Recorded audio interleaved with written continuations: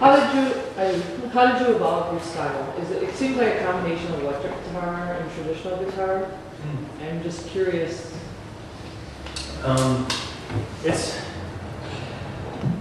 I started out not even playing acoustic. I was very much into Motley Crue and Def Leppard and Judas Priest, and knew of a guy named Michael Hedges. And if anyone hasn't discovered Michael Hedges, you really should look him up. His technique is similar to this, and as a kid seeing that, it was just like a mystery to me. I was like, I had no idea what he was doing, and just really loved his music. But as a guitar player, I was like, I can't even touch that, and went on shredding and rocking, and then one day after putting the guitar down for a few years, decided to look him up again and started playing in that style, and wanted to get a band. Ended up getting a band together, kind of like an acoustic thing, and that didn't go anywhere. The drummer didn't show up, and I wanted to figure out what this rhythm sounded like with this guitar part, and was kind of like, well, let me see if I can do the rhythm.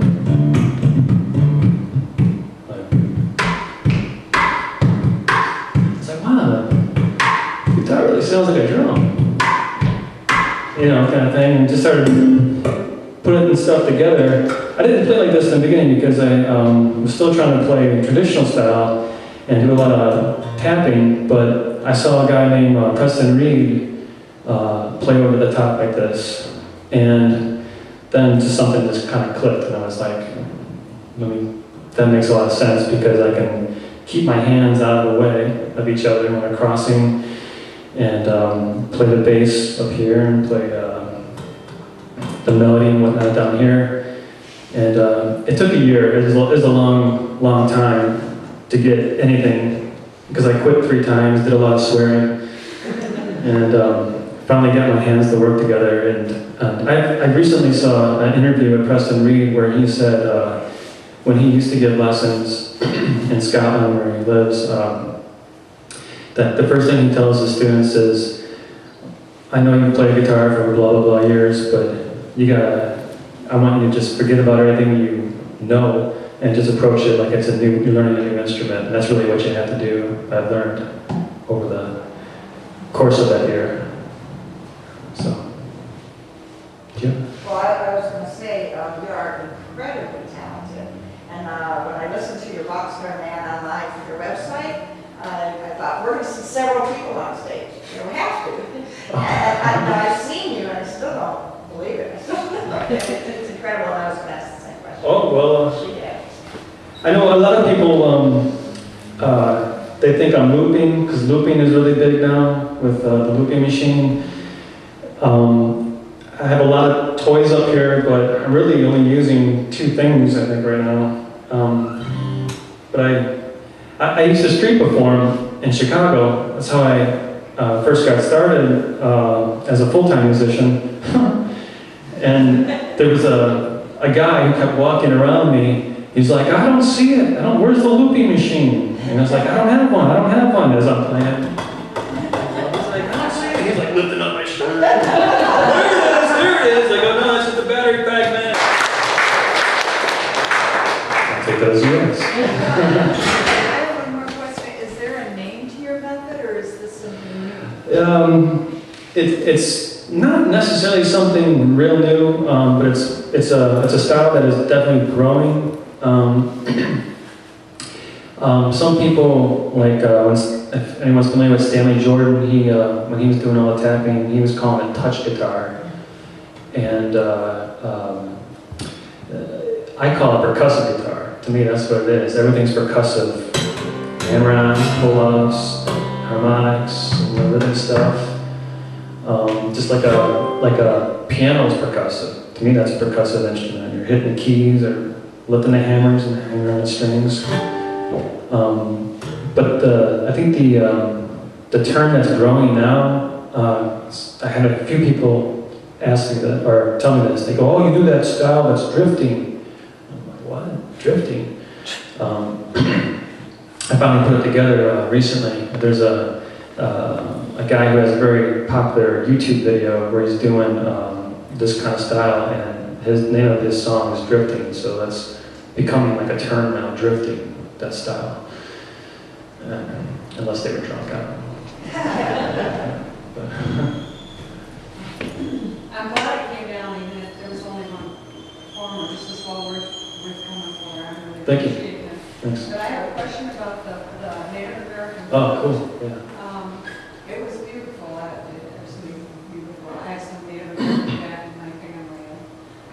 Actually, my father used to go around and find water with those sticks, I can't remember what they call them. Divining rod, whatever, you know. But anyway, what made you decide to choose that instrument?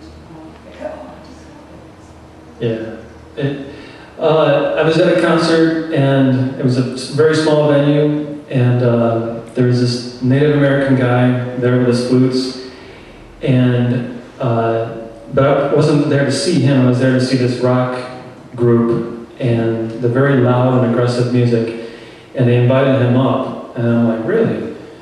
That's going to be interesting. Let's see if he can pull that off, and he didn't, quite honestly. He tried his hardest, but it just didn't quite work, and I couldn't even hear it, you know, and I really was straining to do it, and I wanted to hear the flute. It just piqued my interest, and he actually left and went outside to smoke, and so I went to the front door and started asking him about the instrument, and I asked him to play it for me, so he just played right there on the sidewalk, and I was like, oh, that's beautiful. I never, and even then I wasn't like, oh, I gotta start playing that. At some point I was practicing so much,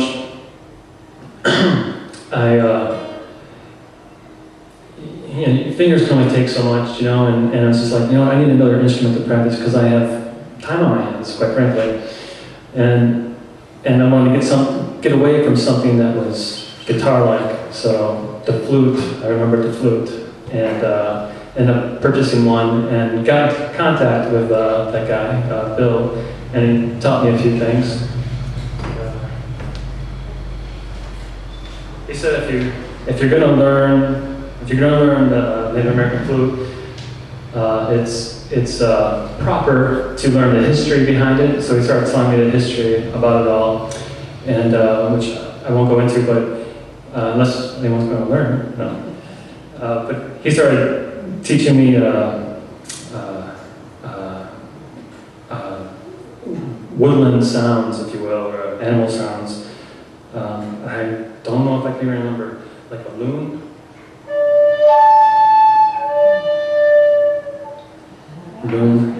And he just learned this one that he showed me. It's a cricket.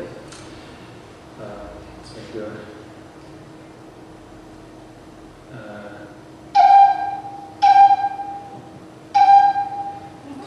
It's a big cricket. It's a big flute. It's like a cricket on steroids, but I don't have my little flute here, so I thought that was neat. When my girlfriend's going to sleep, I'm just next to her, so her little sound machine.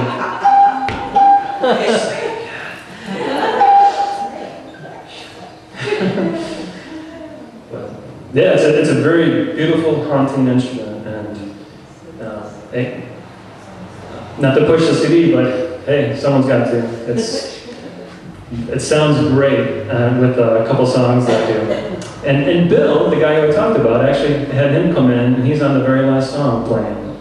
So he's on there too. And the last song? When the Moon Was Full of Mystery. Okay.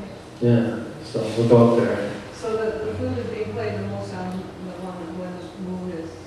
That is the CD that the flute is only on. Oh, okay. Yeah.